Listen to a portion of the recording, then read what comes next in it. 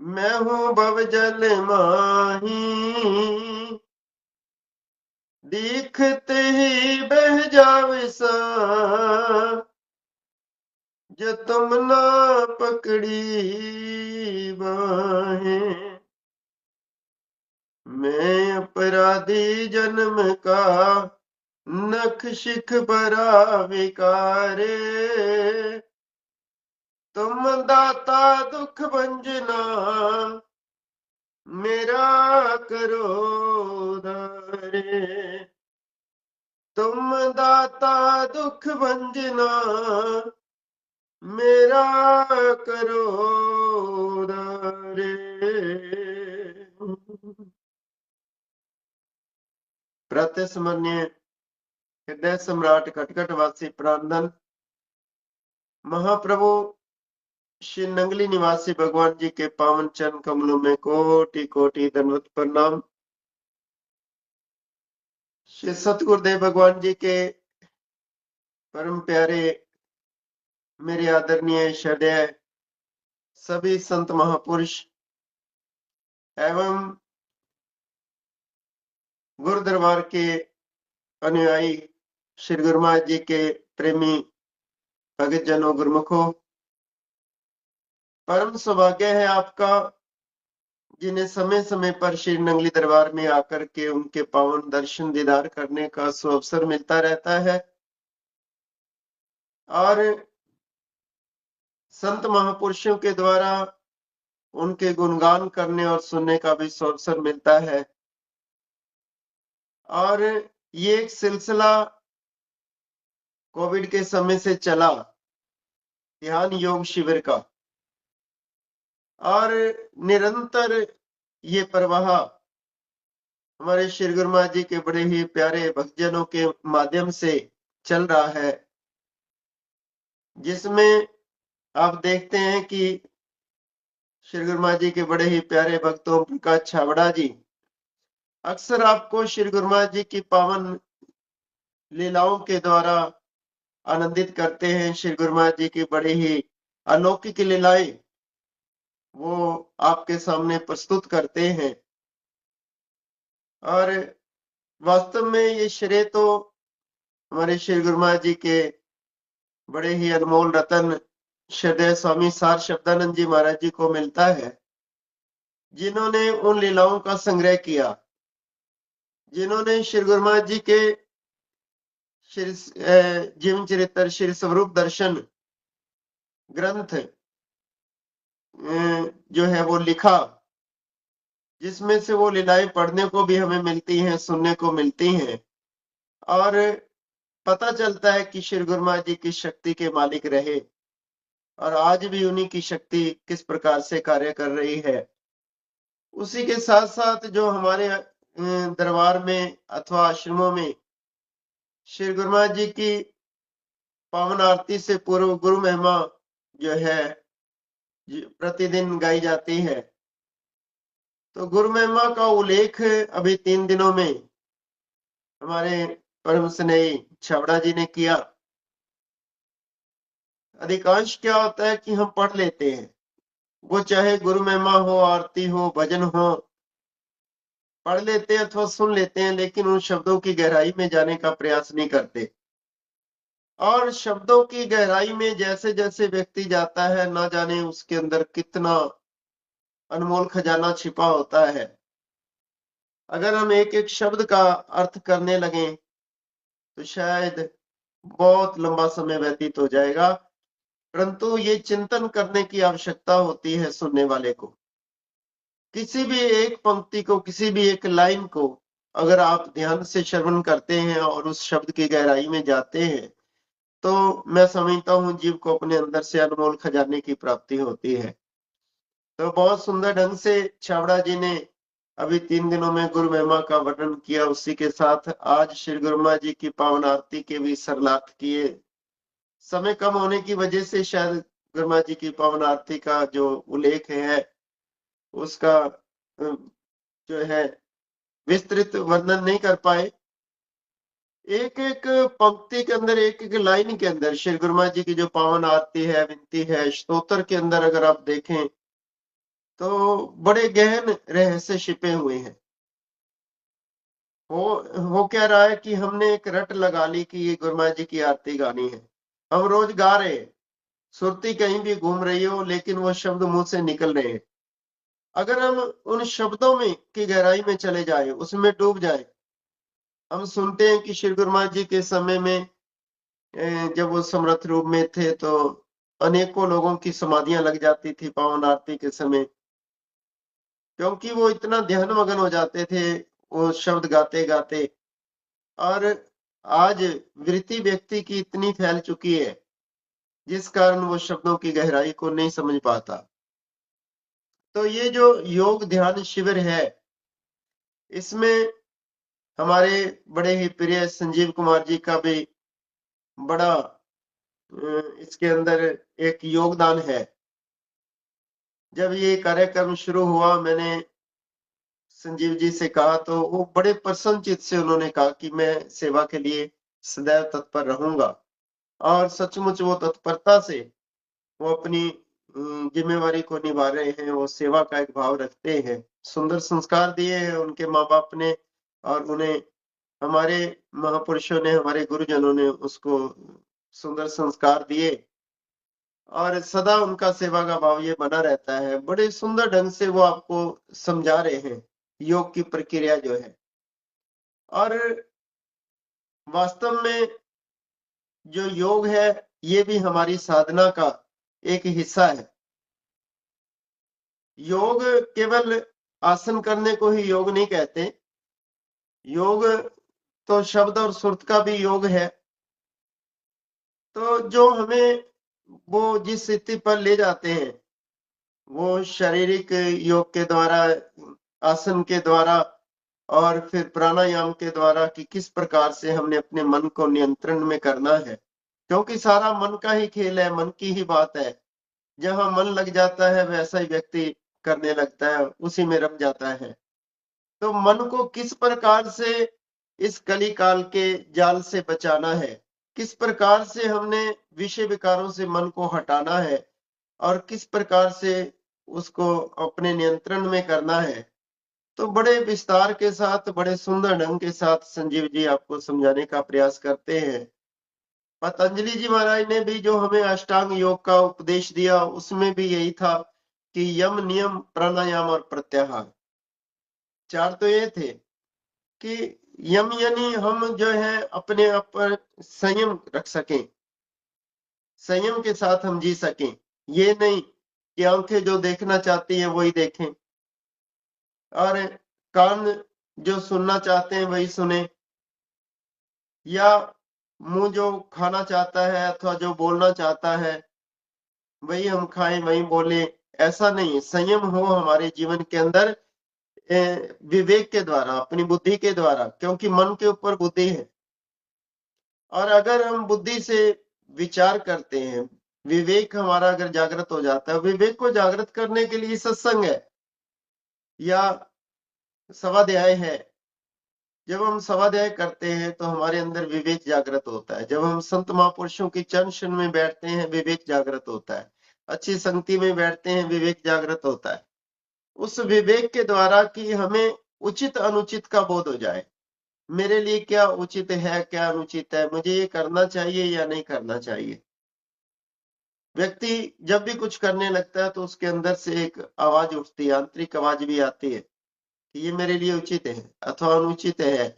ये विचार जब जीव के अंदर उठता है और वो आत्मिक आवाज को अगर सुनता है, तो स्वाभाविक ही उसको अपने अंदर से जो आवाज आती है, अगर उसके अंदर वो रम जाए या उस आवाज को सुनता है, सुनने का प्रयास करता है, तो फिर मन जो है उसकी नहीं चलती, क्योंकि मन के ऊपर राज्य बुद्धि का। तो बुद्धि भी अगर शुद्ध बुद्धि जागृत हो जाए, शुद्ध बुद्धि कब जागृत होती है? जब हम संत महापुरुषों की चरण शरण में आते हैं, जब हम सत्संग में बैठते हैं, तो उससे शुद्ध बुद्धि जीव की जागृत होती है, संगति का बहुत प्रभाव होता है। और शुद्ध बुद्धि जब जागृत होती है तो स्वाभाविक ही सत्कर्मों में व्यक्ति का मन लगता है। यानी हमें संयम रखना चाहिए अपने आप पर, अपनी इंद्रियों पर संयम हो। नियम नियम के द्वारा हम जो भी करना है, एक नियम भी होना चाहिए कि मेरे लिए भजन अभ्यास करना अनिवार्य है। और वो कब होगा? जब हम ये अपने जीवन के उद्देश्य को समझ लेंगे कि जीवन का उद्देश्य क्या है। श्री रामचरितमानस में बड़े स्पष्ट शब्दों में लिखा है कि बड़े भाग्य मानुष तन पावा, सुर दुर्लभ सदग्रंथ गावा। बड़े भाग्य से जीवन मिला है जो देवताओं को भी दुर्लभ है। और साधन धाम मोक्ष का द्वारा, ये क्या है? मोक्ष प्राप्ति करने का साधन है। फिर एक विचार अपने अंदर उठे कि मैं मोक्ष प्राप्ति के लिए क्या कर रहा हूं। क्या मैंने कोई ऐसा साधन अपनाया है? सुबह उठता हूँ, रात तक जो भी करता हूँ, एक चिंतन हो हमारे अंदर कि मैं वो कर रहा हूं या नहीं कर रहा, तो फिर मुझे करना चाहिए। उसका भी एक नियम बनाना चाहिए। जैसे नियम से खाते हो, नियम से सोते हो, रोज सोते हो, सोना आपके लिए जरूरी है, खाना आपके लिए जरूरी है। उसी प्रकार से एक नियम हमारा होना चाहिए कि हमने अपने कल्याण के लिए, क्योंकि 3 चीजें विशेष हैं अपने जीवन के उद्देश्य की पूर्ति के लिए। पहला तो मानव तन प्राप्त होना, वो हमें प्राप्त है प्रभु कृपा से। हरि कृपा कर जन्म दियो जग मात पिता द्वारा, भी आप सुन रहे थे छाबड़ा जी से भी कि गुरु कृपा से हमें मानव तन, सतगुरु की, उस परमात्मा की कृपा से हमें मानव तन प्राप्त हुआ। मानव तन की प्राप्ति होना अनिवार्य है मोक्ष के लिए, अपने कल्याण के लिए, इस बूंद के सागर में समा जाने के लिए। और वो प्रभु कृपा से हमें मानव तन प्राप्त है। और दूसरा, अपने अंदर ये जिज्ञासा उत्पन्न होना कि मेरे को मोक्ष की प्राप्ति करनी है। ये जुनून अपने अंदर हो जाए कि मैंने मोक्ष की प्राप्ति करनी है, मेरा ये जीवन मोक्ष प्राप्ति के लिए है। जब ये जुनून जीव के अंदर होता है तो तब वो सतगुरु की चरण शरण में जाता है और पूर्ण सतगुरु का प्राप्त हो जाना। ये 3 चीजें, मानव जीवन, दूसरा मोक्ष की इच्छा, और तीसरा पूर्ण सतगुरु की प्राप्ति। ये 3 चीजें जिसके जीवन में आ जाती हैं तो स्वाभाविक ही वो अपना नियम बना लेता है। वो नियम से साधना करेगा, सिमरन करेगा, गुरु वचनों का पालन करेगा, क्योंकि गुरु वाक्य ही हमारा मूल मंत्र है। जो गुरु हमें वचन देते हैं, हम उस वचन का पालन करें। तो जब हम उस वचन का पालन करते हैं और नियम से करते हैं, ये नहीं कि समय मिलेगा तो कर लेंगे, अब समय नहीं मिलता, तो अगर ये चिंतन करें, विचार करें कि जीवन है किसके लिए, समय है किसके लिए। बाकी सब तो जीवन के निर्वाह के लिए है, लेकिन जीवन किस लिए है, ये जब चिंतन होगा हमारे अंदर तो नियम भी बनेगा। और मैं अक्सर कहता हूं, जो अमृत वेला को संभाल लेता है, जो सुबह जल्दी उठ करके स्नान ध्यान करता है और गुरु के दिए हुए नाम का जाप करता है, जो प्रतिदिन ये नियम बना लेता है, तो जब नियम जीवन के अंदर होता है तो तभी वो फिर ध्यान में जुड़ता है। और प्राणायाम का इसमें बड़ा महत्व है, क्योंकि मन है ना, मन विचलित होता है। काल का प्रभाव तो दिन प्रतिदिन बढ़ रहा है और काल के प्रभाव से ही मन विचलित होता है। अब मन को वश में करने के लिए आपको हर सत्र में संजीव जी ये कहते हैं कि प्राणायाम आप करो। आप अपने श्वासों पर ध्यान दो, धीमी श्वास लो, आप श्वास के ऊपर ध्यान दो, आती जाती श्वास पर ध्यान दो। श्वास भीतर जा रहा है, बाहर आ रहा है, इन श्वासों पर जब हमारा ध्यान जाता है और श्वास के साथ जब सुरत जुड़ती, ध्यान जुड़ता है और वो शब्द हमारे अंदर चलता हुआ हमें महसूस होने लगता है, जो शब्द हमें गुरुजनों ने दिया है, तो प्राणायाम का इसके अंदर बड़ा महत्व है। जैसे श्री गुरु महाराज जी की पावन आरती में भी आप अक्सर हर रोज गाते हो, प्राणायाम की लहरें दासों के मन भावे। जब प्राणायाम करते हो तो आपकी श्वास की जो गति है वो नियंत्रित हो जाती है और दोनों नाक से श्वास, दोनों नासिका से श्वास बराबर चलने लगता है, पिंडा और पिंगला से। सूर्य और चंद्र नाड़ी दो नाड़ी हैं। जब शरीर का तापमान बढ़ता है तो सूर्य नाड़ी चलने लगती है, कम होता है तो चंद्र नाड़ी चलने लगती है। लेकिन प्राणायाम करने से शरीर का तापमान सम होता है, दोनों नाक से श्वास बराबर चलने लगती है। और जब दोनों नाक से श्वास बराबर चलती है तो सुर्ती बहुत जल्दी सुषुम्ना में प्रवेश करती है, क्योंकि ये दोनों नसें जहां जाकर के मिलती है वो त्रिकुटी है, और त्रिकुटी से इन दोनों जहां ये श्वास जुड़ती हैं, नासिका जुड़ती हैं जाकर के, वहीं से ही सुषुम्ना शुरू होती है। अब कुंभ का दौर चल रहा है, और कुंभ में क्या है, वहां पर गंगा और यमुना का मेल होता है, जैसे यहाँ ईडा और पिंगला का मेल होता है। वहीं से सुषुम्ना शुरू होती, जैसे वहां पर गंगा यमुना के बाद वहीं से सरस्वती शुरू होती, जो गुप्त रूप में है, तो उसे त्रिवेणी कहते हैं। अब त्रिवेणी में स्नान करने के लिए कितनी भीड़ उमड़ रही है, परंतु बाहर की दौड़ जो है वो हमारे लिए चित्तवृत्तियों को अंतर्मुख करने का साधन तो है, परंतु जब तक भीतर का स्नान नहीं होता, जब उस त्रिकुटी में हमारा ध्यान नहीं जुड़ता, उस त्रिकुटी में हमें अपने सतगुरु के दर्शन दीदार नहीं होते, तब तक मानव जीवन के उद्देश्य की पूर्ति नहीं होती। कबीर जी महाराज अपनी कुटिया में रहते थे, और ये स्वाभाविक होता है, कुछ ईर्ष्यालु लोग इकट्ठे होकर के आए, आकर के कहने लगे, कबीर जी आप कोई तीर्थ विर्थ भी कर लिया करो, यहाँ बैठे रहते हो, हम लोग तीर्थ पर जा रहे हैं, चलो हमारे साथ चलो। कबीर जी ने कहा, गरीब आदमी हूं और जीवन के निर्वाह के लिए प्रतिदिन कार्य करना पड़ता है, इसलिए मैं तीर्थ करने तो नहीं जा सकता। तो कहा, फिर आप कैसे संत हैं?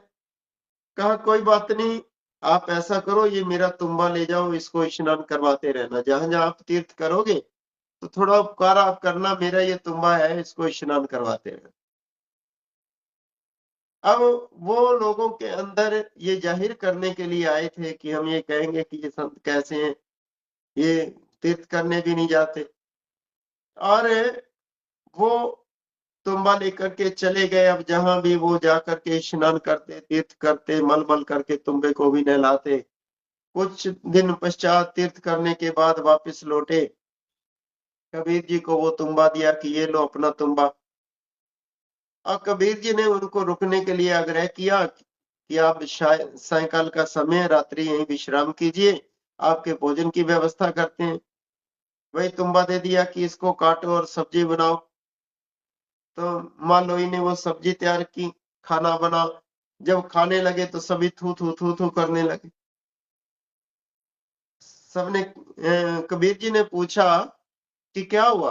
कहा, ये तो बहुत कड़वा है, कड़वी सब्जी है, क्या बनाया तुमने? कहा, वही तुम्बा। अरे तुमने उसको इतने तीर्थ करवाए हैं और फिर भी ये कड़वा है, ये कड़वा क्यों रह गया? इतने तीर्थ करने के बाद भी क्यों कड़वा रह गया? उन्होंने कहा, महाराज स्नान तो बाहर से होता रहा। कहा, तो बस यही मैं आपको कहना चाहता हूँ कि खाली बाहर का स्नान ही महत्व नहीं रखता, बाहर की साफ सफाई महत्व नहीं रखती, अंदर की पवित्रता, अंदर का स्नान जब तक नहीं होता तो बात नहीं बनती। तो जरूरत है हमें अपने अंदर का भी स्नान करने की। श्री गुरुमा जी के पावन जीवन चरित्र में भी श्री नंगली निवासी भगवान जी ने भी अपने मुखारविंद से ये वचन फरमाए हैं कि जब तक अंदर मंजन नहीं होता, जब तक व्यक्ति अपने अंदर का स्नान नहीं करता, तब तक जीव अपने अंदर से आनंद की अनुभूति नहीं कर पाता और जीवन के उद्देश्य की पूर्ति भी नहीं हो पाती। भीतर का स्नान ही महत्वशाली है। और जब प्राणायाम करके हम ध्यान में बैठते हैं तो उससे हमारी चित्त वृत्तियां अंतर्मुख होती है, एकाग्र होता है, मन एकाग्र होता है, और तभी जाकर के वो सुरती सुषुम्ना में प्रवेश करती है। और सुषुम्ना में सुरती जब तक प्रवेश नहीं करती, हमारे अंदर की शक्तियां जागृत नहीं होती। हमारे अंदर दो शक्तियां हैं, एक तो प्राण शक्ति है जिसके द्वारा हमारा जीवन चल रहा है, और दूसरी कुंडलिनी शक्ति है जो नाभि में स्थापित की हुई है उस कुदरत वाले ने, परमात्मा ने। और जब हम ध्यान में लीन होते हैं, जब हमारी सुर्ति सुषुम्ना में प्रवेश करती है, तो सुषुम्ना में प्रवेश करने से हमारा जो श्वास है जब वो नाभि तक जाता है और आता है, तो उससे वो शक्ति जो है उधरोमुख होती है, क्योंकि वही शक्ति, उसका प्रवाह अगर नीचे को रहता है तो वो शक्ति हमें आनंद प्रदान नहीं करती, और वही शक्ति जब उधरोमुख होती है और वो शक्ति उस सुषुम्ना के माध्यम से ब्रह्मांड में प्रवेश करती है। इसलिए कहते हैं ना कि जब आप ध्यान में बैठो, सीधा बैठो। सीधा बैठने का मकसद ये है कि जो नाभि से लेकर के सिर की चोटी तक जो नाड़ी है, सुषुम्ना नाड़ी जो है, वो रीढ़ की हड्डी के साथ साथ है। अगर झुक करके बैठते हैं तो वो नस जो है उसमें खिंचाव आ जाता है और शक्ति का प्रभाव प्रॉपर नहीं होता, और अगर बहुत अकड़ करके बैठते हैं तो भी उसमें खिंचाव आता है। झुककर बैठने से भी वो रीढ़ के मनकों के नीचे दबती है, तो उसमें प्रवाह नहीं होता। एक पाइप है, पाइप दबेगा तो पानी का प्रवाह प्रॉपर नहीं होता। उसी तरह से उस शक्ति का प्रभाव प्रॉपर हो सके, उसी के लिए हम कहते हैं कि एक ही सीध में हमारी गर्दन और हमारे रीढ़ की हड्डी सीधी होनी चाहिए। और जब आसन हमारा ठीक होता है, हम सही आसन में बैठते हैं, तो और जब शब्द की पकड़ होती है तो उससे वो शक्ति जागृत होती है, शब्द की चोट लगती है। जब शब्द की चोट लगती है तो उससे शक्ति जागृत होती है, और वो शक्ति जागृत होकर के नीचे के द्वारों को लांघते हुए वो ऊपर ब्रह्मांड में जब प्रवेश करती है, तो अपने त्रिकुटी में वो अनुभूति होती है, वो प्रकाश प्रतीत होता है। और फिर धीरे धीरे धीरे धीरे वो प्रकाश इतना बढ़ता चला जाता है, इतना बढ़ता चला जाता है कि ये हमारे सूर्य चंद्रमा, एक तो क्या अनेकों सूर्य चंद्रमा की रोशनी भी उसके सामने कुछ नहीं रह जाती। इतना वो प्रकाश और इतना आनंद की अनुभूतियां होती हैं। और इस ब्रह्मांड के अंदर तो तीनों लोग समाहित हैं। लोग किसी एक देश में जाकर के कुछ देख करके प्रसन्न होते हैं, या कुछ अपने देश के अंदर कुछ ऐसे दृश्य देख करके प्रसन्न होते हैं, परंतु अपने भीतर पूरा ब्रह्मांड समाहित है। और वो जो नजारे जीव को अपने अंदर प्रतीत होते हैं, वो एक अनुभूति का विषय है, वो बताए या दिखाए नहीं जा सकते किसी को। तो वो तो एक अनुभूति का विषय है। जब वो अनुभूतियां होती हैं तो स्वाभाविक ही जीव को आनंद भी आता है, और जब वो अनुभूति होने लगती है तो फिर तो व्यक्ति सारे काम छोड़ करके भी ध्यान में बैठता है, सिमरन करता है। तो उसके लिए हमें जरूरत है कि हम नियम बनाएं, नियम से बैठें, प्रतिदिन बैठें। और प्राणायाम करने से सुरती वो बहुत जल्दी उसमें एकाग्र होती है। प्राणायाम की लहरें दासों के मन भावे। जब हम प्राणायाम प्रतिदिन करेंगे, जो हमें संजीव जी बता रहे हैं, बड़े आसान और सरल प्राणायाम बता रहे हैं। इसी प्रकार जब हम अनुलोम विलोम अथवा जो भ्रस्तिका की बात करते हैं प्रतिदिन, उससे हमारा स्वास्थ्य लाभ तो होता ही है, उसके साथ साथ हमारे एकाग्रता बहुत बढ़ती है उससे। तो इस दासों के मन भावे, वो दासों के मन को भाने लगता है। तो प्राणायाम के साथ साथ प्रत्याहार की भी आवश्यकता है। प्रत्याहार यानी अपने अंतर्मुख होना, अपने जो है इंद्रियां जो है वो अंतर्मुख हो जाए। जो बहिर्मुख है, जिस इंद्रियों के द्वारा हम बाहर के रस प्राप्त करना चाहते हैं, और ये अंदर से अपने रस प्राप्त करने के लिए जो है वो उत्तेजित हो जाए, अपने अंदर से ढूंढने के लिए एक अपने अंदर शौक पैदा हो जाए, एक जागृति आ जाए, आंखें बंद करके अपने अंदर से उस आनंद को अनुभव करना। और मैंने देखा है हमारे यहाँ अधिकांश लोग बाहरी सुख में ही ज्यादा रम गए हैं, कल भी मेरे पास ऑस्ट्रेलिया से कोई बच्चे आए हुए बैठे थे, तो वो कह रहे थे कि हमारे यहाँ भारत के अंदर हम भी वैसे यहीं के वसनीक रहे, अब ऑस्ट्रेलिया चले गए 17 साल से, और ये देखा है कि यहाँ पर लोगों को ना बेचैन बहुत है लोग। हमारे भारत में भक्ति भी भरपूर है, तीर्थों पर भीड़ की कमी नहीं है, लेकिन बेचैन बहुत रहते हैं। और मैंने ये यूरोप जाकर के भी देखा, हमारे भारत के लोग, पाकिस्तान के लोग, इधर उधर से जो गए हुए लोग हैं, वो दिन रात दौड़ रहे हैं, केवल एक दौड़ है कि दूसरे से आगे निकलना है। परंतु मैंने वहां स्पेनिश लोगों को देखा, वो बड़े शांत स्वभाव के, बड़े शांत स्वभाव से अपना ड्यूटी करते हैं। और ये नहीं कि दिन रात वो दौड़ते हैं, केवल 8 घंटे काम करना और 5 दिन काम करना, सैटरडे संडे फ्री है। एकांत जा करके बैठते हैं, मैंने पार्कों में जाकर के देखा, बैठे हैं तो 2-2 घंटे से वो आंखें मूंद करके बैठे हैं, उन्हें कोई मतलब नहीं पास में क्या हो रहा है, कौन गुजर रहा है, क्या कर रहा है, बड़े शांत चित्त। और मैंने तो सुना है वहां लोगों से, हमारे इंडियन लोगों से ही हमने सुना है कि वो लोग पैसे को ज्यादा महत्व नहीं देते, वो जितना कमाते हैं वो एक महीने में जब उनको तनख्वाह मिलती है तो वो एक महीने में उसको खत्म कर देते, संग्रह नहीं करते, संग्रह करने का उनको आदत नहीं है। वो लोग 5 दिन काम करते हैं और 2 दिन खर्च करते हैं, और बड़े आराम से अपना ध्यान में या इधर उधर वो अपना शांत इस क्षेत्र में जाकर के कहीं शांति में जहाँ होती है वहां एकांत में बैठ करके ध्यान में मगन हो जाते हैं, और मैंने वो अपनी आंखों से देखा भी। और यहाँ पर व्यक्ति बाहरी सुख को ज्यादा महत्व दे रहा है, बाहर के सुख के साधन इकट्ठे करने में लगा हुआ है। शादियां होती हैं, उसमें मध्यम क्लास के वर्ग के लोग तो अधिकांश ही इतना खर्च कर लेते हैं कि वो सारा जीवन फिर कर्ज उतारने में लगे रहते हैं और दुखी रहते हैं, परेशान रहते हैं। अथवा घूमने फिरने के लिए वो इतना पैसा खर्च कर लेते हैं, या अपने निवास के लिए अब जो है कोठियां बनाने का, बंगले बनाने का जो जुनून है बंदे के अंदर, उसे बनाते बनाते उसका तो जीवन लगभग पूरा हो जाता है। और बच्चों के लिए, जिसके लिए हम सोचते हैं बच्चों के लिए बना जाए, लेकिन बच्चों को तुमने संस्कार दिए तो वो स्वयं बना लेंगे, सुंदर संस्कार दिए तो। अगर संस्कार नहीं दिए तो आपकी बनाई कोठियां भी बिक जाती हैं, और कोठियों वालों को मैंने रेडी लगाते भी देखा है।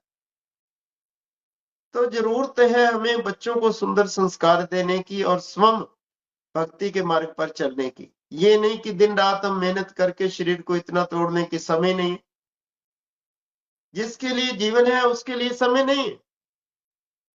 जब जीवन के उद्देश्य को ही नहीं समझा तो समय निकलेगा कहाँ, इसको जरूरी नहीं समझा। जब हम इसको प्राथमिकता देंगे कि भजन सिमरन हमारे जीवन का प्रथम अंग है, खाना पीना सोना चाहे छूट जाए लेकिन मालिक की बंदगी करना ये मेरा परम कर्तव्य है, ये मेरे जीवन के उद्देश्य की पूर्ति के लिए अनिवार्य है, जीवन इसीलिए मिला है। ये अपने अंदर एक धारणा बनाने की आवश्यकता है, एक सोच बनाने की आवश्यकता है। तो अपनी चित्त वृत्तियों को अंतर्मुख करना है, प्रत्याहार मतलब अंतर्मुख होना। पानी में मीन प्यासी रे, मौसम सुनावत हंसी रे। मानव जीवन सुख का स्वरूप है, आनंद का सागर है, आनंद की लहरें हर पल हर क्षण जीव के अंदर उमड़ रही है, लेकिन ये उससे वंचित है। जैसे पानी में रहती हुई मछली प्यासी रहती है, वो अपनी प्यास नहीं बुझा पाती। और प्यास कब बुझती है उसकी, जब मछली अपने आप को उल्टती है, छलांग लगाती उल्टा गिरती है, तो उसके पेट में लगा हुआ वाल्व खुलता है और पानी उसके पेट में प्रवेश करता है, तो उसकी प्यास बुझती है। उसी तरह से जब तक ये मनुष्य अपनी चित्त वृत्तियों को उल्ट नहीं लेता, अंतर्मुख नहीं हो जाता, जिन इंद्रियों से हम सुख प्राप्त करने का प्रयास कर रहे हैं, कुछ देखकर, कुछ बोलकर, कुछ सुनकर, कुछ खाकर, कुछ करके, जब ये चित्तवृत्तियां अंतर्मुख हो जाती हैं, हमारी आंखें अंदर को उल्ट जाती है, तो अपने अंदर वो आनंद जो बाहर से देखने का प्रयास कर रहे हैं उससे हजारों गुना ज्यादा आनंद अपने अंदर मिलता है। और कान जब बंद होते हैं, बाहर की आवाज सुनना बंद करते हैं, तो हमें अपने अंदर से आना ध्वनि सुनने लगती है। और वो आना ध्वनि तो सुरती को इतनी जल्दी अपने अंदर ले जाती है, अगर उस शब्द की पकड़ बन जाए तो सुरती बहुत जल्दी ब्रह्मांड में प्रवेश करती है। परंतु हम कानों को बंद ही नहीं करते, ध्यान में बैठे हैं, बाहर से थोड़ी आवाज आती है, फटाफट आंख खुलती, बाहर देखने लगते हैं, बाहर का सुनने लगते हैं, क्या हो रहा है, मेरी कोई निंदा तो नहीं कर रहा, चुगली तो नहीं कर रहा, ये बात तो नहीं हो रही। सुरती बाहर ज्यादा दौड़ती है। यही बात मैं कह रहा था कि मैंने देखा, हम लोग पार्क में जाकर के बैठ करके भजन बोल रहे थे, और करीब ही एक व्यक्ति अपनी आंखें बंद किए बैठा था एक सीट पर। उस व्यक्ति ने एक बार भी आंख नहीं खोली कि कौन लोग हैं जो भजन बोल रहे हैं। बच्चे उनके आसपास शोर मचा रहे थे, दौड़ रहे थे, खेल कूद रहे थे, लेकिन उनकी आंखें बंद ही रही। तो वो एकाग्रता जीव की नहीं बन पा रही, जब क्योंकि चित्तवृत्तियां अंतर्मुखी नहीं होती, और अंतर्मुख जब तक नहीं होंगी तब तक अंदर का आनंद कैसे मिलेगा। जब हम अंदर प्रवेश ही नहीं कर रहे, हमारी सुरती प्रवेश ही नहीं कर रही अपने भीतर, तो फिर अंदर का खजाना कैसे मिलेगा।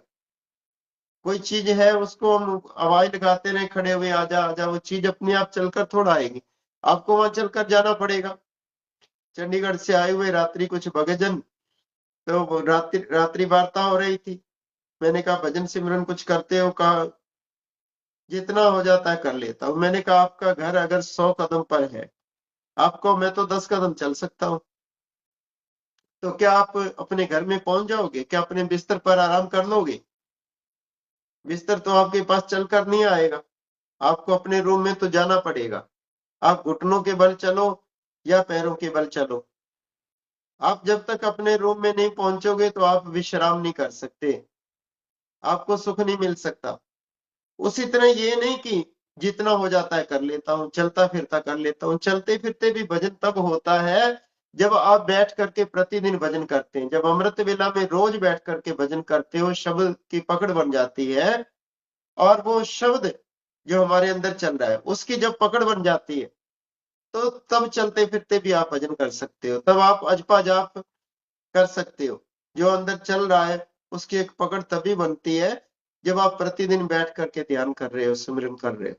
जब तुम बैठ करके भजन नहीं करते, तुमने आदत ही नहीं बनाई, तो चलते फिरते भी, ये तो कहने की बातें हैं कि चलते फिरते भजन कर लेते हैं, चलते फिरते वो भजन नहीं बन पाता। ठीक है, एक आधे सेकंड के लिए, 2 सेकंड के लिए, 10 सेकंड के लिए, या 1-2 मिनट के लिए थोड़ा ध्यान उधर जाता होगा, लेकिन फिर वो सुरती भटक जाती है। निरंतर वो शब्द चलता रहे, वो सोए हुए भी चलता रहे, जागते हुए भी चलता रहे, हर काम करते हुए चलता रहे, यहाँ तक कि बातें करते हुए भी हमारे अंदर चलता रहे। उसके लिए प्रतिदिन नियम से बैठने की जरूरत है। हर रोज जब बैठ करके हम सिमरन करते हैं, तो तब जा करके वो अपने शब्द की पकड़ बनती है। रोज सिमरन जब करेंगे, नियम से करेंगे कि ये मेरे लिए एक इम्पोर्टेंट सब्जेक्ट है, तो ये धारणा अपने अंदर बनाने की बात है। मैंने पहले आपको बताया, यम नियम प्राणायाम और प्रत्याहार की बात कही, और इसी के बाकी 4 अंग जो है, जो पतंजलि जी महाराज ने कहे, धारणा, ध्येय, ध्यान और समाधि। हमें एक धारणा बनाने की जरूरत है कि मैंने बैठना है, धार लेना है अपने अंदर, मन के अंदर धारणा बना लेनी है कि ये मैंने करना ही करना है। जैसे सुखदेव जी महाराज जाना राजा जनक के पास गए, और जब राजा जनक ने उपदेश देना शुरू किया, तो कोई सेवक दौड़ कर आता है, कहता है कि महाराज राज्य में आग लग गई है। कहा, जब मैंने कहा है कि मैं अब एकांत बैठा किसी को उपदेश दे रहा हूं और कोई अंदर नहीं आएगा, आप अंदर क्यों आए? आप जानो, आपका काम जाने। उसको दौड़ा दिया। दूसरा सेवक थोड़ी देर बाद आता है दौड़ते हुए, को मंत्री आता है कि महाराज आग बहुत तेजी से लगी है, बहुत तेजी से आगे तक बढ़ रही है, और यहाँ तक कि वो आग तो हमारे चौथे दरवाजे तक आ गई है राज्य के। और जनक जी शांत हैं, उपदेश दे रहे हैं, ध्यान उधर जुड़ा हुआ है, और जो अवधूत महामुनि सुखदेव जी महाराज, वो एकदम से उठे, राजा जनक ने कहा क्या हुआ? कहा मेरी सोटी और करमंडल चौथे गेट पर रखा हुआ है। तो राजा जनक ने कहा कि तुम मन में तो ये सोच रहे हो कि राजा मुझे क्या ब्रह्म का उपदेश देगा, मुझे क्या ब्रह्म ज्ञान देगा, और तुम्हारी तो आसक्ति अभी सोटी और करमंडल में ही है। तो उस समय सुखदेव मामुनि जो है वो चरणों में गिर गया कि महाराज सत्य है ये आपकी बात, आप राजा होते हुए भी, एक राज्य करते हुए भी आप जो है, आपकी एकाग्रता इतनी है, आपको बाहर की का के कार्यों का कोई आप महत्व नहीं दे रहे, सब कार्य जब मंत्रियों को सौंपे हुए हैं और आप अपना निश्चिंत होकर के जिस कार्य में लगते हैं, आपका एक एकाग्रता है, आपकी एक धारणा कि मैंने ये करना है, तो उसी काम में आप लगे हुए। तो सुखदेव मामुनि जो है फिर उनके चरणों में उनके चरण छुए और उनको प्रणाम किया, और फिर उनके संशयों का निवारण करने के लिए राजा जनक ने ब्रह्म ज्ञान का जब उपदेश दिया, और उसके बाद भी जो मन में कुछ संशय थे उनका निवारण करने के लिए उन्होंने भोजन की व्यवस्था करवाई। कहा अब आप भोजन कर लीजिए। जब वो भोजन के लिए बैठे तो क्या देखा कि धागे के साथ सैकड़ों तलवारें ऊपर बंधी हुई हैं, नीचे 36 प्रकार के भोजन लगे हुए हैं। अब वो बार बार नजर तो ऊपर जाती है कि पता नहीं कौन सी तलवार गिरे और मेरी गर्दन कट जाए, मेरा सिर कट जाए, मेरे अंग कट जाए। वो जल्दी से जैसे कैसे वो भोजन करते, और उसके बाद कहा कि अब थोड़ा भ्रमण कराइए, रथ आपके लिए तैयार है। रथ पर बैठा दिया, रथ पर बैठाया, और हाथ में कटोरा दे दिया दूध से भरा हुआ, और चारों तरफ जल्लाद खड़े कर दिए नंगी तलवारें लिए हुए कि आप भ्रमण करके आओ, लेकिन ध्यान रखना इस कटोरे में से एक बूंद भी दूध की गिरनी नहीं चाहिए। अगर एक बूंद भी गिरती है तो ये जल्लाद तुम्हारा सर काट देंगे। अब नजर उस दूध के कटोरे में थी कि क्यों एक बूंद भी ना गिरे। हथेली के ऊपर बड़े सतर्कता के साथ रखा हुआ है। पूरे शहर का चक्कर लगाने के बाद रथ वापस लौट आता है। तो राजा जनक पूछते हैं कि आपने क्या क्या दृश्य देखे शहर में, बाजार में घूम कर आए आप, राज्य में घूम कर आए, क्या क्या दृश्य देखे? कहा महाराज पता नहीं, मेरे को तो दूध ही दिख रहा था कि कोई एक बूंद भी गिर ना जाए, मेरे को अपनी मौत दिख रही थी और दूध को ही देख रहा था। और कहा भोजन का स्वाद कैसा रहा? कहा महाराज स्वाद का कुछ पता नहीं, वहां भी मौत दिख रही थी, और एक पेट भरना था, इसलिए वो मैंने आपका जो है दिया हुआ प्रसाद मैंने ग्रहण किया, लेकिन मुझे ये नहीं पता किस चीज का कैसा स्वाद था, कितने प्रकार का भोजन था, मैं कुछ नहीं कह सकता। तो राजा जनक ने कहा उसी प्रकार जिस प्रकार आप भ्रमण करके आए लेकिन आपको बाहरी दृश्य जो है आपके अंदर नहीं उतर पाए, उसी प्रकार से आप अपने ध्यान को अगर गुरु चरणों में लगा करके रखते हो, जैसे दूध में लगा करके रखा, और मन के अंदर ये हो कि मैंने इस दुनिया से जाना है, इस शरीर की मौत होनी है, और मैं किस लिए दिन रात इकट्ठा करने के लिए लगा हुआ हूं, मैं केवल अपने ध्यान को गुरु चरणों में लगा करके रखूं, जैसे तूने दूध के अंदर ध्यान को लगा करके रखा। अपना कार्य तो करें लेकिन उसमें आसक्त ना हो जाए, उसमें वो हमारी आंखों में ना समा जाए। रहमन भरी सराय लखी पथिक आए फिर जाए, हमारी आंखों के अंदर अपने सतगुरु की छवि ऐसी समाहित तो हो कि जैसे कोई पथिक किसी धर्मशाला में जाता है, सराय में जाता है, और सराय भरी हुई हो, उसमें कोई स्थान खाली ना हो तो वापस लौट आता है। उसी प्रकार से हमारे सतगुरु का तस्वर आंखों में ऐसा समाहित हो, ऐसा समाहित हो कि किसी और को बसाने की जगह ही ना हो।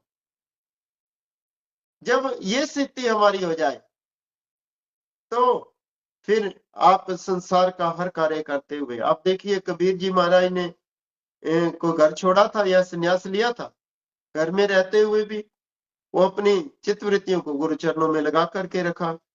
आज कबीर के दोहे कितने बोले जाते हैं, कबीर अपने अंदर से कितना जागृत थे।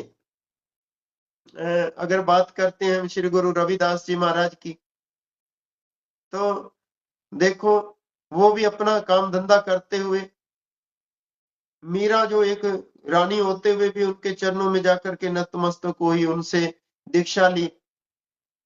क्यों? क्योंकि वो अपने अंदर से जागृत थे, वो शब्द के साथ जुड़े हुए थे। प्रत्येक कार्य करते हुए भी उन्होंने भी घर थोड़ा ही छोड़ा था। अगर हम नामदेव जी की बात करते हैं, संत नामदेव जी छिपा छापी का कार्य करते थे। अनेकों ऐसी हस्तियां हुई हैं जिनके उपदेश आज भी हम श्रवण करते हैं। श्री गुरु ग्रंथ साहिब में भी उनकी वाणी जो है वो संग्रहित है, और बड़े उनके अनुभव आज भी हमारे काम आते हैं, सुनने को मिलते हैं।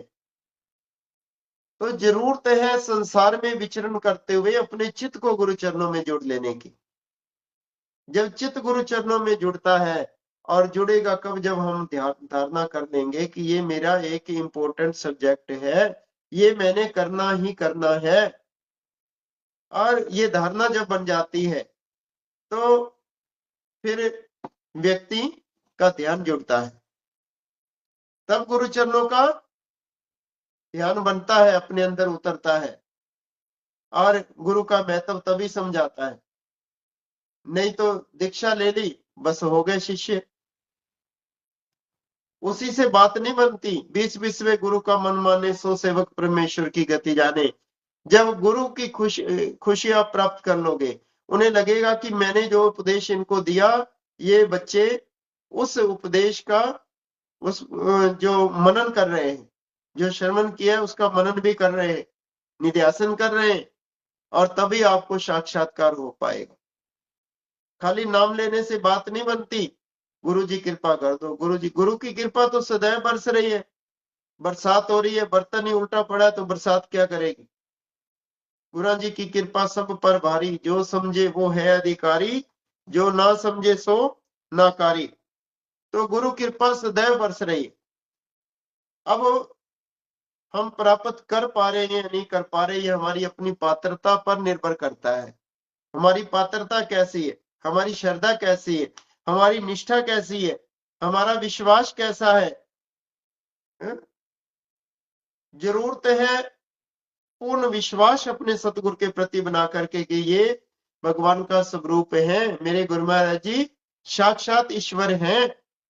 और जब ये विश्वास जीव का बन जाता है, क्योंकि बिन विश्वास भक्ति नहीं, ते बिन द्रव्यो न राम। सर्वप्रथम तो अपने सतगुरु पर पूर्ण विश्वास बना करके फिर उनके दिए नाम का जाप करना है कि ये जो मूल मंत्र है इसके साथ मैंने जुड़ना है। और जब वो शब्द के साथ जुड़ने की एक अपने अंदर से एक तड़प होती है, एक लगन होती है, तो फिर व्यक्ति नियम बनाता है कि मैंने इतनी देर बैठना ही है, वो धारणा बन जाती है। वो फिर ध्यान भी जुड़ेगा। ध्यान कब जुड़ेगा? जब आप अपने शौक से करोगे, नियम से करोगे, प्रतिदिन करोगे। क्योंकि ध्यान को भी ध्यान से करने से ध्यान लगता है। जब ध्यान करोगे तो फिर ध्येय की प्राप्ति भी होगी। एक दिन समाधि अवस्था में भी चले जाएंगे। धारणा, ध्यान, ध्येय और समाधि। तो समाधि में व्यक्ति समाधि चाहता तो है हर व्यक्ति की मेरी समाधि लग जाए, मेरा ध्यान जुड़ जाए, लेकिन अपने व्यवहार में इन चीजों को नहीं उतारता। पहले व्यवहारिक ज्ञान की जरूरत है, व्यवहार में हमारे भक्ति आ जाए। जब भक्ति व्यवहार में आती है, भोजन में आती है, जब हर कार्य में हम भक्ति को जोड़ करके चलते, तो फिर जाकर के वो परमार्थिक भक्ति भी बनती है। परमार्थ की भक्ति कब बनेगी? जब व्यवहार में आएगी। पहले व्यवहार में उतरेगी भक्ति।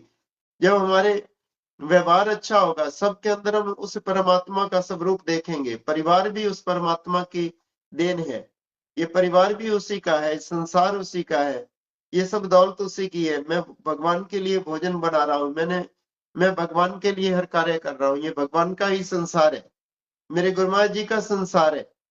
जब ये भाव हृदय में उमड़ता है, भक्ति व्यवहार में उतर जाती है, हर कार्य में, हर कर्म के अंदर हमारी भक्ति आ जाती है। हर कर्म ही जब हमारा भक्ति बन जाता है तो वो होगा केवल भाव से। भाव से सतगुरु के चरणों में जुड़ने की जरूरत है। स्वामी अजूनियानंद जी महाराज जो श्री गुरु महाराज जी की चरण शरण में रहे, निज सेवा में रहे, तो परम श्रद्धेय श्री स्वामी जी महाराज एक दिन एक कमरे के अंदर झाड़ू लगा रहे और उधर श्री गुरु महाराज जी भ्रमण करते करते वहां पहुंच गए।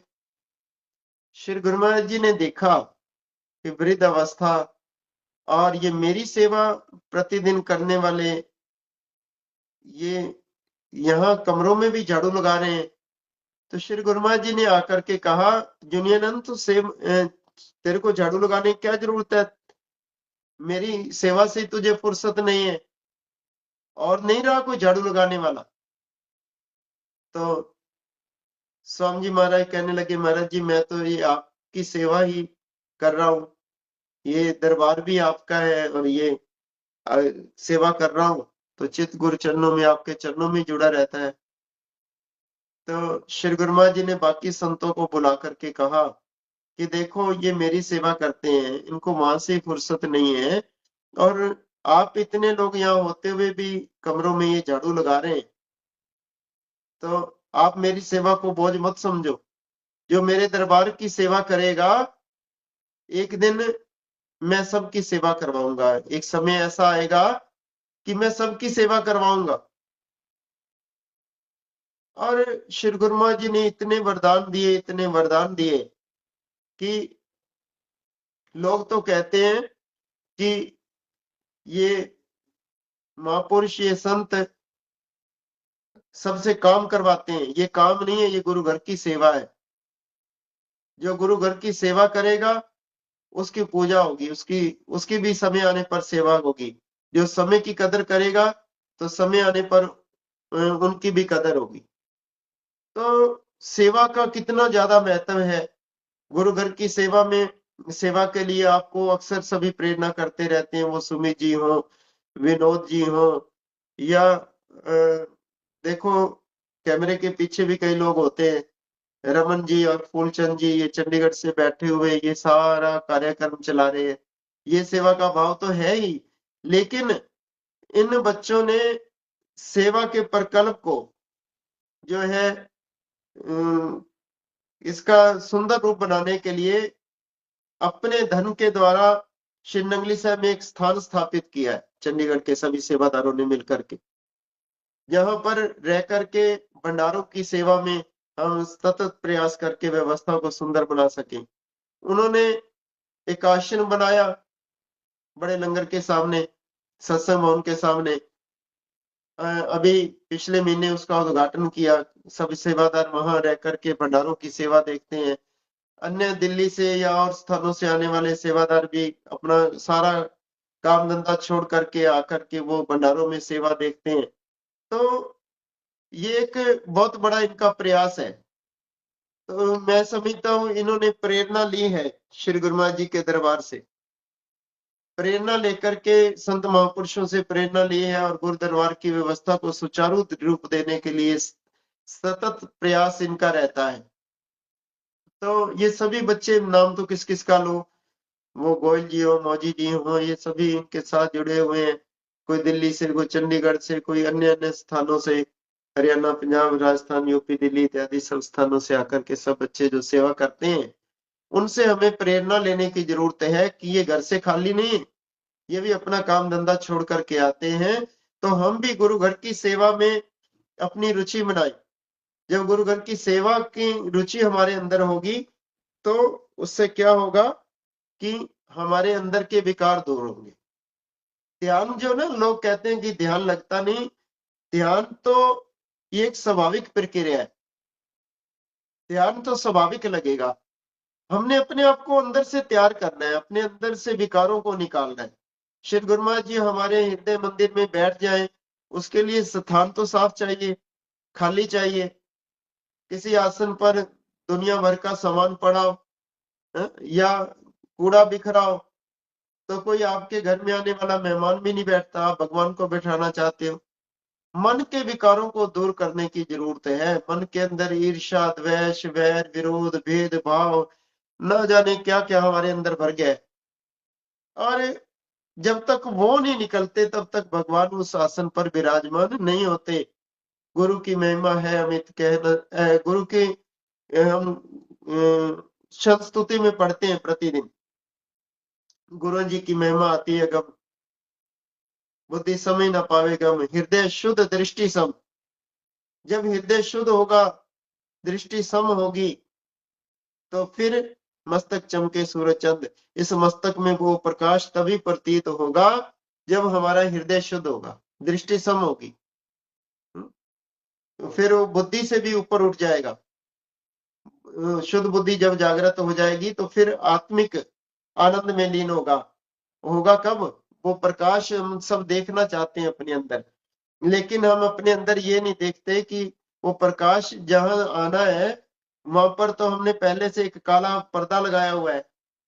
वो कालीमा जब तक नहीं धुलती, जोत जल रही है लेकिन शीशा ही काला है, तो जोत जलती हुई अंदर दिखेगी कैसे? पता नहीं उसके अंदर कितनी मैल जमी हुई है, जन्म जन्मांतरों की मैल है। और फिर अब भी ऐसे वातावरण में रहते हैं जिससे हमारा मन दूषित होता रहता है। हमें अपने मन को शुद्ध करने की जरूरत है, अपने विचारों को शुद्ध करने की जरूरत है। जो तो जल रही है उस पर्दे को हटाने की जरूरत है, उस कालिमा को हटाने की जरूरत है। क्योंकि जोत जलती है तो धुआं स्वाभाविक होता है। संसार में विचरण कर रहे हैं तो कुछ देखने से, कुछ बोलने से, कुछ सुनने से, कुछ खाने से, कुछ करने से स्वाभाविक ही वो वातावरण हमें प्रभावित कर रहा है। हम कैसे वातावरण में जीते हैं ये हमारी अपनी सोच पर निर्भर करता है।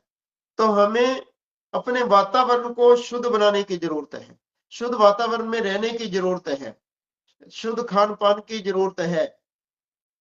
पशुओं का मांस खा करके फिर कहते हैं ध्यान लग जाए। पशुओं का मांस खा करके तो पशुओं जैसी बुद्धि होगी, सड़कों पर भोग भोग रहे हैं।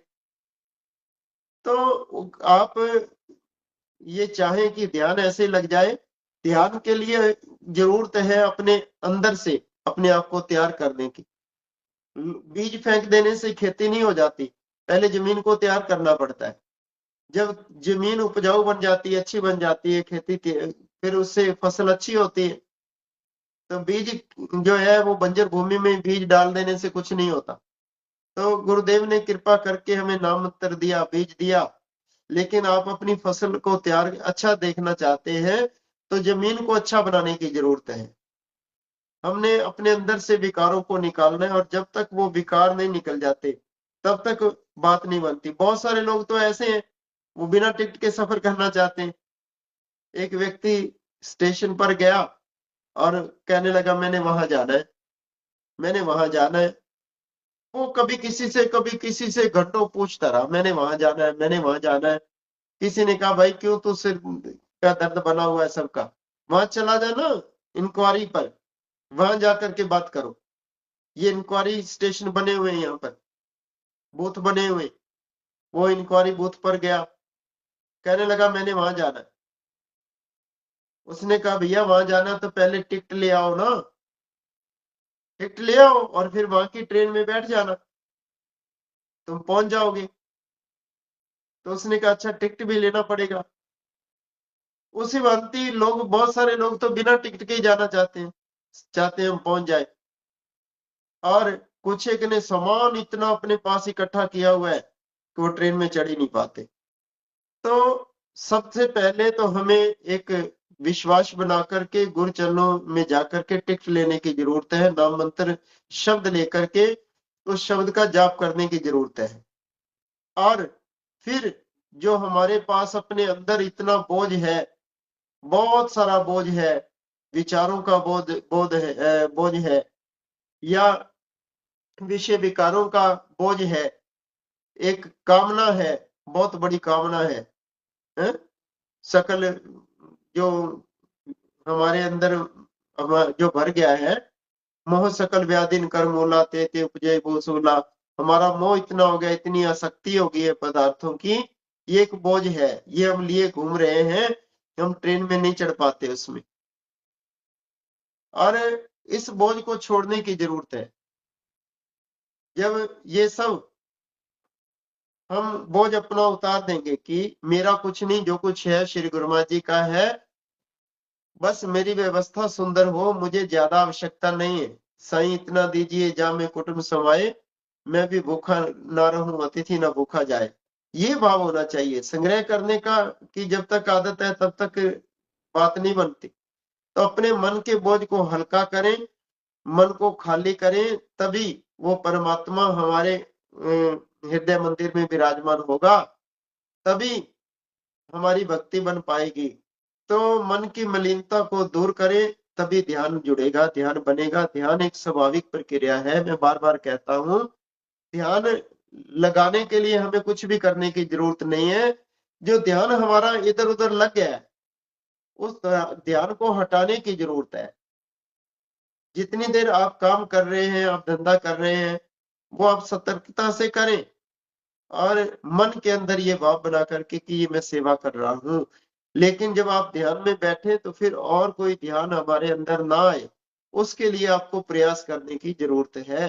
वो बार बार अंदर जो ध्यान आता है, उसको बार बार आपको हटाने की जरूरत है। बच्चा बार बार सड़क की ओर दौड़ता है, चूल्हे की ओर दौड़ता है, कुएं की ओर दौड़ता है, तो बार बार आप उसे पकड़ करके वापस लाते हो, धीरे धीरे वो बच्चा समझ जाता है। उसी तरह ये मन भी, इसको जो आदत बनी हुई है बाहर दौड़ने की, इसको जब आप ध्यान में बैठे तो अपने विचार के द्वारा ही उधर से हटा करके बार बार उस शब्द में जोड़ने का प्रयास करना है। जब आप अभ्यास करोगे, अभ्यास करते करते धीरे धीरे उस बच्चे की तरह ये मन भी उस शब्द की पकड़ कर लेगा, शब्द के साथ जुड़ जाएगा। अभ्यास अति अनिवार्य है, अति अनिवार्य है, अति अनिवार्य है। मैं बार बार कहता हूँ, अभ्यास जरूर करें। प्रतिदिन बैठें, जब प्रतिदिन बैठते रहेंगे, नियम से बैठते रहेंगे, एक समय निश्चित कर लेंगे, कोई हमारा जो है आसन जो है वो एक स्थान जो है वो शुद्ध हो, तो प्रतिदिन बैठते बैठते वो अभ्यास जो है हमें हमारी मंजिल की ओर ले जाएगा। करते करते अभ्यास से जड़मति होत सुजान, रसरी आवत जात से सल पर पड़त निशान। तो अनेकानेक प्रकार से संत महापुरुष आपको समझाने का प्रयास करते हैं।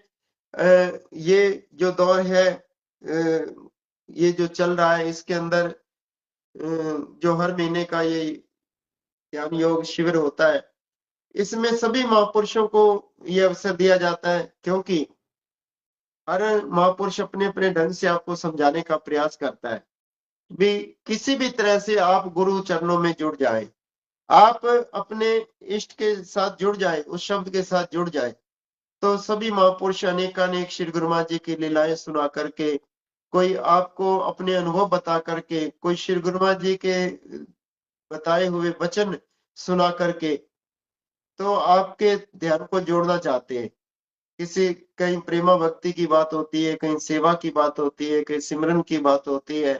9 प्रकार की भक्ति भगवान श्री राम ने भी बताई है। कोई भी भक्ति हमारे जीवन में उतर जाए, हमारा जीवन सार्थक हो जाए, आनंदमय हो जाए, सुख में हो जाए। जिस महापुरुष की जो बात अच्छी लगे, उसे अपने जीवन में उतार करके जीवन को सार्थक बनाने का प्रयास करें। अपने भीतर से जागृति की आवश्यकता है, तो ध्यान स्वाभाविक ही लगेगा। इन्हीं शब्दों के साथ समय इजाजत नहीं देता कि इससे ज्यादा कुछ कहूं। तो आपका प्रेम श्री गुरु महाराज जी के शिव चरणों में बना रहे। आपका प्रेम, आपकी भक्ति, आपका सिमरन, आपकी जो है सेवा जो है वो गुरु चरणों में सदा सदा बनी रहे। सबके लिए मैं श्री गुरु महाराज जी के चरणों में यही प्रार्थना करता हूँ। मैं तो श्री नंगली दरबार में हूँ आज भी, तो श्री गुरु महाराज जी के चरणों में सदा हम तो ये प्रार्थना करते हैं कि सारा संसार जो है ये सदा सुखी हो। है सर्वे भवन्तु सुखिनः, सर्वे सन्तु निरामया, सभी सुखी हो, निरोग हो, और सबकी भक्ति बने गुरु चरणों में। भक्ति दान मोहे दीजिए गुरुदेवन के देव, और कछु न चाहिए दाता निस्तेम तुमरी सेव। इन्हीं शब्दों के साथ